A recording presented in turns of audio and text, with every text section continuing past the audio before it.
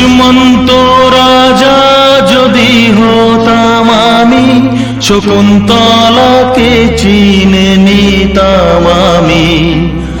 আংটি থাকুক না থাকুক তার আঙুলে, যেতাম না কখনো যে তাকে ভুলে।